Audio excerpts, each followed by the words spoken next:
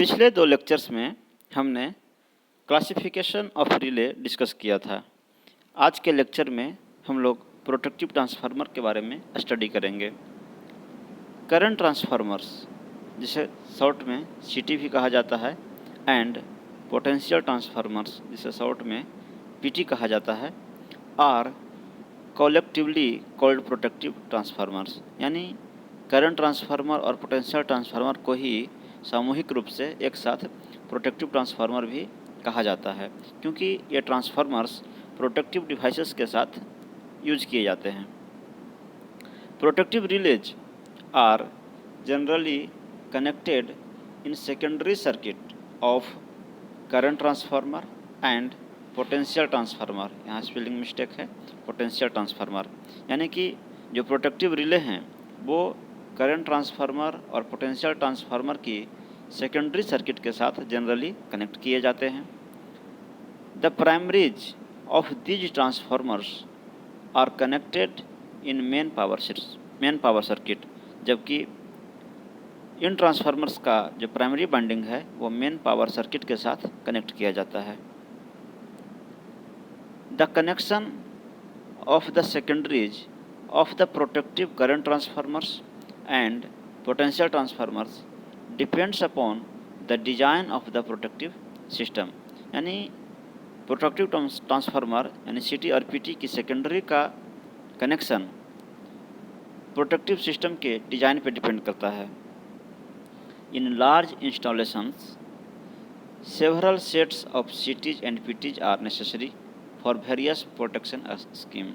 यानी large installations में, बड़े पावर सिस्टम में कई सारे सीटीज और पीटीज को वेरियस प्रोटेक्शन सिस्टम के लिए ज़रूरत होती है। कई सारे सीटीज और पीटीज को लगाए जा सकते हैं।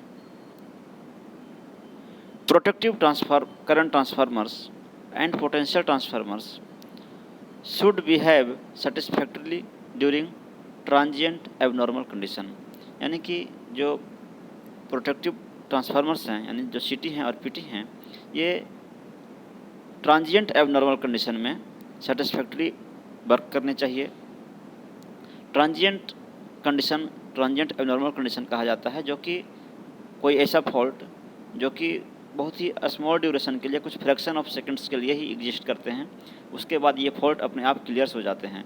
तो इस प्रकार के फॉल्ट को ट्रांजिएंट एबनॉर्मल फॉल्ट कहा जाता है। ये ट्रांजिएंट इन नेचर होते हैं, जो कि ऑटोमेटिक अपने आप कुछ फ्रैक्शन ऑफ सेकंड में समाप्त हो जाते हैं।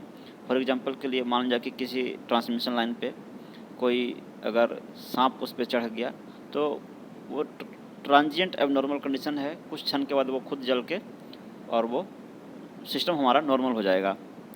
तो जो प्रोटेक्टिव ट्रांसफार्मर्स हैं वो ट्रांजिएंट एबनॉर्मल कंडीशन में सेटिस्फैक्टरी वर्क करने चाहिए। ऐसा नहीं हो कि ट्रांजिएंट फॉल्ट है और आपका जो सर्किट है वो इंटरप्ट हो जाए।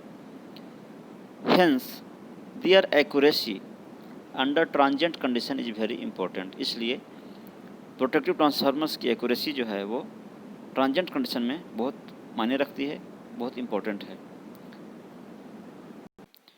तो इस लेक्चर में हमने प्रोटेक्टिव ट्रांसफार्मर्स के बारे में डिस्कस किया। नेक्स्ट लेक्चर में हम लोग अनदर टॉपिक डिस्कस करेंगे।